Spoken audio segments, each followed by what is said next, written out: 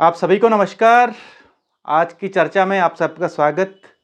और आज का चर्चा का विषय है संविधान के प्रकार। एक बार पुनः संविधान के प्रकार, काइंड्स ऑफ कॉन्स्टिट्यूशंस। इससे पहले कि इस विषय पर आगे बढ़ें, दो वीडियोस मैंने इससे पहले डाली थी संविधान से संबंधित या कानून से संबंधित। पहला वीडियो था कानून और कानून का शासन, और दूसरा वीडियो था संविधान और संविधान का आशय, संविधान के कार्य, जो कि एक बिल्कुल साधारण से साधारण शब्दों में किस तरह से हम लोग कानून को समझें, किस तरह से कानून के शासन को समझें, और किस तरह से हम लोग संविधान को समझें, और संविधान के कार्य किसी देश के लिए, किसी लोकतांत्रिक देश के लिए किस तरह से महत्वपूर्ण होते हैं, उसको मैंने समझाने का प्रयास किया था, या यूं कहूं आपसे चर्चा करने का प्रयास किया था। आज फिर थोड़ा सा आगे बढ़ते हैं और आज का विषय है संविधान के प्रकार। संविधानों के प्रकारों को एकदम एक रूपता में या एक सभी सर्वमान्य मानकों के आधार पर तो परिभाषित या प्रकार नहीं किया जा सकता है, लेकिन कुछ आधार हैं जिनके आधार पर हम लोग संविधानों को वर्गीकृत करते हैं, संविधानों को अलग अलग श्रेणियों में बांटते हैं। जहां तक मैंने आज तक संविधानों के बारे में पढ़ा, तो 3 आधारों पर हम लोग संविधानों को सामान्य रूप से वर्गीकृत करते हैं। क्योंकि यह आप लोग देखते होंगे कि किसी देश का संविधान लचीला है, किसी से देश का संविधान कठोर है, या कोई संविधान लिखित है, कोई अलिखित है, ऐसे शब्द और बार बार सुनाई देते हैं। तो उन्हीं को ध्यान में रखते हुए 3 आधारों पर हम लोग संविधानों का वर्गीकरण करते हैं, या यूं कहें कि संविधानों को विभाजित करते हैं। तो पहला आधार है संविधानों को वर्गीकृत करने का, वो है विकास के आधार पर संविधानों का वर्गीकरण। विकास के आधार पर संविधानों के प्रकार, अर्थात कि एक ऐसा संविधान होता है जो एक लंबे विकास के परिणाम स्वरूप अस्तित्व में आता है। एक ऐसा संविधान होता है जो किसी समय विशेष पर व्यक्ति विशेष के द्वारा जिनका निर्माण किया जाता है। जो व्यक्ति विशेष होते हैं उसको हम लोग संविधान सभा का नाम देते हैं। तो इनके आधार पर हम लोग संविधानों को 2 श्रेणियों में विभाजित करते हैं। एक को कहा जाता है विकसित संविधान और एक को कहा जाता है निर्मित संविधान। विकास के आधार पर जब हम लोग संविधानों को देखते हैं तो 2 तरह के संविधान कहे जाते हैं। एक को कहा जाता है विकसित संविधान और एक को कहा जाता है निर्मित संविधान, developed constitutions and enacted constitutions. अब विकसित संविधान वो संविधान है जो कि एक समय विशेष पर स्थापित नहीं किया गया, एक समय विशेष पर जिसका निर्माण नहीं हुआ, बल्कि अनेक ऐतिहासिक परिस्थितियों से गुजर करके वो संविधान आता है। उसमें संशोधन होते रहते हैं, उसमें नई नई व्यवस्थाएं जुड़ती रहती हैं, जो पुरानी व्यवस्थाएं होती हैं वो हटती रहती हैं। उस संविधान को हम लोग नाम देते हैं विकसित संविधान। और इस विकसित संविधान में सबसे पहले नाम आता है ग्रेट ब्रिटेन के संविधान को हम लोग विकसित संविधान का नाम देते हैं, क्योंकि ब्रिटेन का संविधान एक समय विशेष पर नहीं स्थापित किया गया, एक समय विशेष पर नहीं उसका निर्माण किया गया, बल्कि ब्रिटेन के संविधान को स्थापित होने में, आज जो संविधान वहां पर स्थापित है उसको स्थापित होने में एक बहुत बड़ा समय लगा है।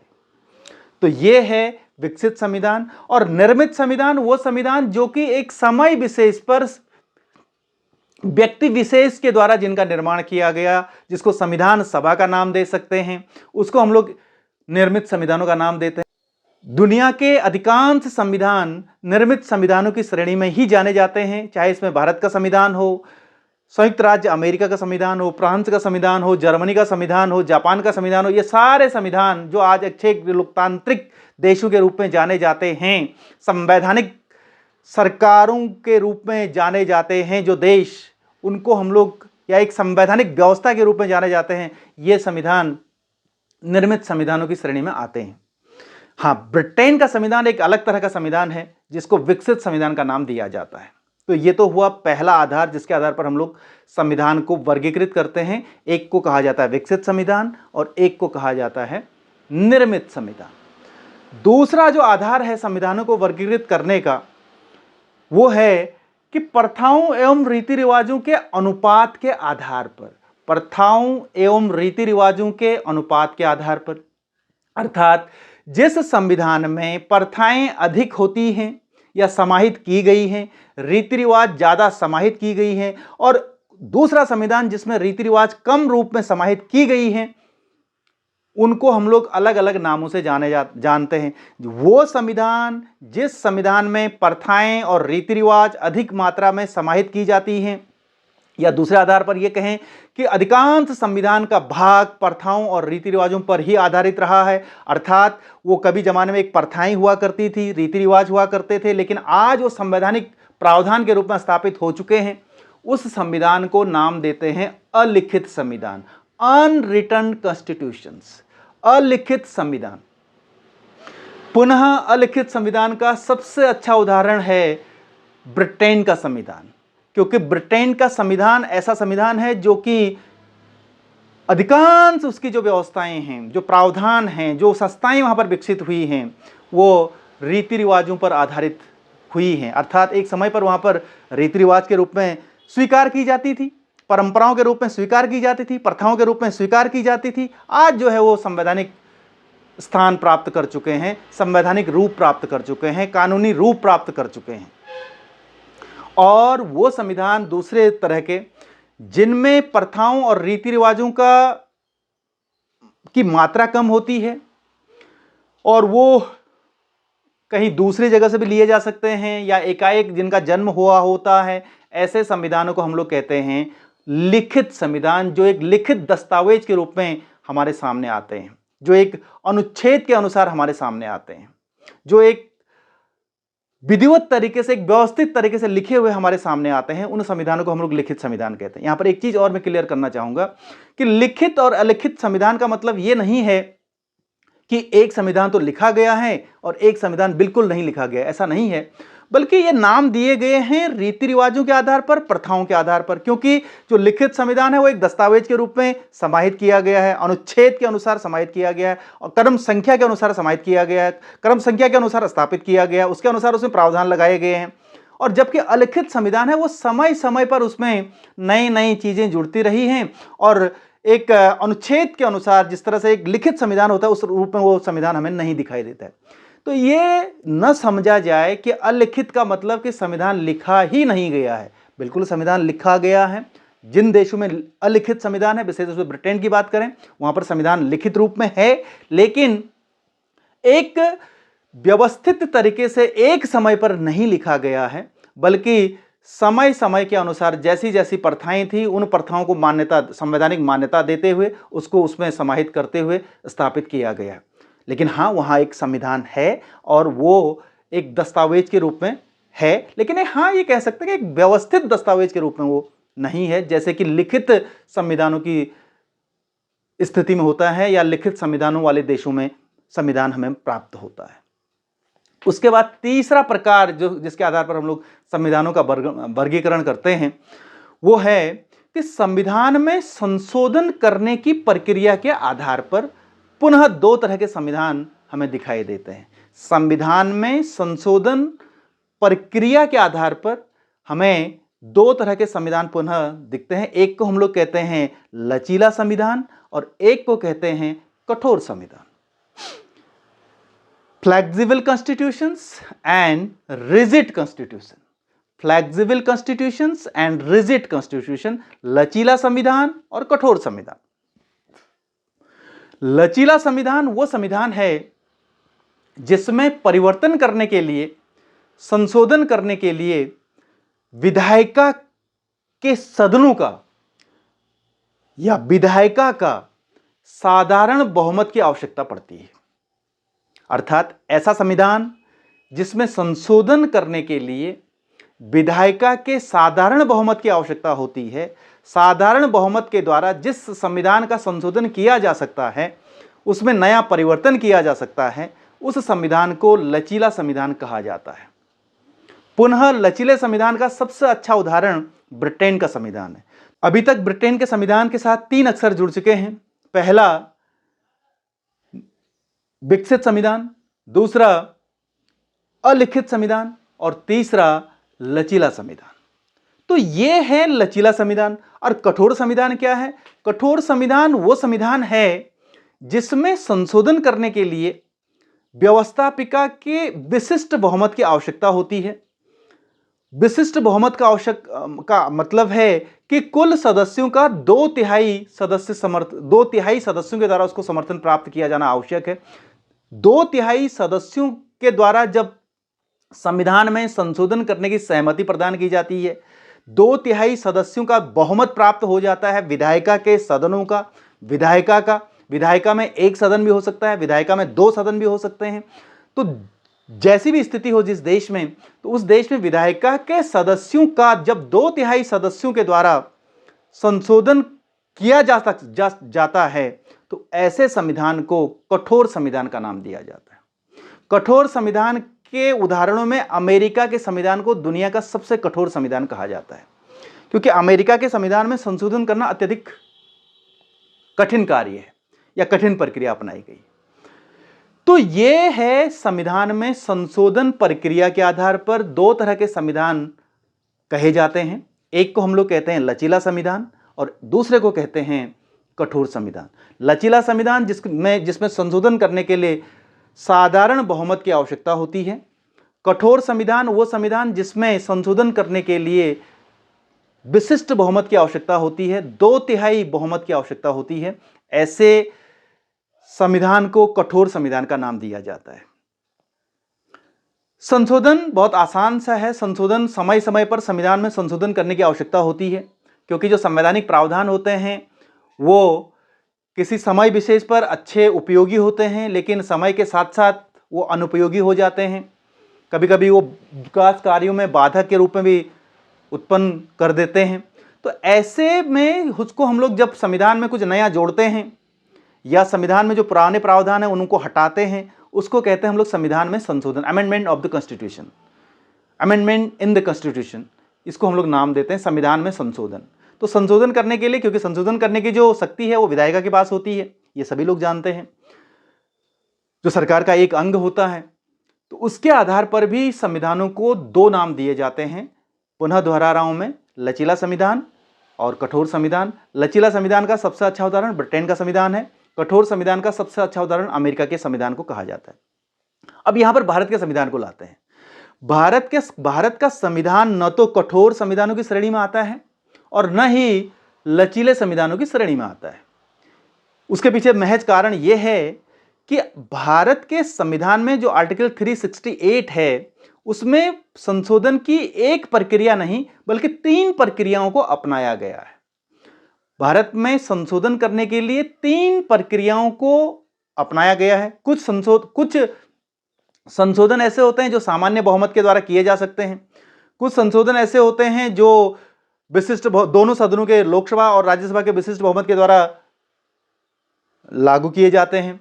और कुछ ऐसे हैं जिसमें विशिष्ट बहुमत लोकसभा, राज्यसभा का विशिष्ट बहुमत चाहिए, 2/3 बहुमत चाहिए, और उसके बाद आधे राज्यों की विधानसभाओं के द्वारा उसको पारित किया जाना, अनुमोदित किया जाना आवश्यक होता है। तो 3 प्रक्रियाओं के द्वारा भारत के संविधान में संशोधन किया जाता है। अर्थात कुछ अनुच्छेद ऐसे हैं हमारे संविधान के जो साधारण बहुमत के द्वारा संशोधित किए जा सकते हैं, लोकसभा और राज्यसभा के साधारण बहुमत से संशोधित किए जा सकते हैं। कुछ प्रावधान ऐसे हैं जो कि विशिष्ट बहुमत के द्वारा जिनमें संशोधन किया जाता है, 2/3 सदस्यों के द्वारा जिनमें संशोधन किया जा सकता है, जिसमें लोकसभा और राज्यसभा दोनों सदनों का अलग अलग पृथक रूप से 2/3 सदस्यों के द्वारा उसका समर्थन किया जाना आवश्यक होता है और फिर राष्ट्रपति उस पर हस्ताक्षर करता है। और तीसरी प्रक्रिया है कि कुछ अनुच्छेद ऐसे हैं भारतीय संविधान में जिसमें संशोधन करने के लिए लोकसभा, राज्यसभा के अलग अलग 2/3 बहुमत के द्वारा संशोधन प्रस्ताव को पारित होना आवश्यक है। फिर उसके बाद राज्यों की विधानसभाएं हैं, आधे राज्यों की विधानसभा के द्वारा उसका अनुमोदन किया जाना आवश्यक है, विधानमंडल के द्वारा उनका अनुमोदन किया जाना आवश्यक है, और फिर राष्ट्रपति के द्वारा उस पर हस्ताक्षर किए जाते हैं। तो ये एक भारत के संविधान की एक विलक्षण स्थिति है और एक विशेष स्थिति है और एक विशिष्ट स्थिति है कि भारत का संविधान न तो कठोर संविधानों की श्रेणी में रखा जाता है और न ही लचीले संविधान की श्रेणी में रखा जाता है, बल्कि भारत के संविधान में दोनों प्रकार के संविधानों का सम्मिश्रण किया गया है।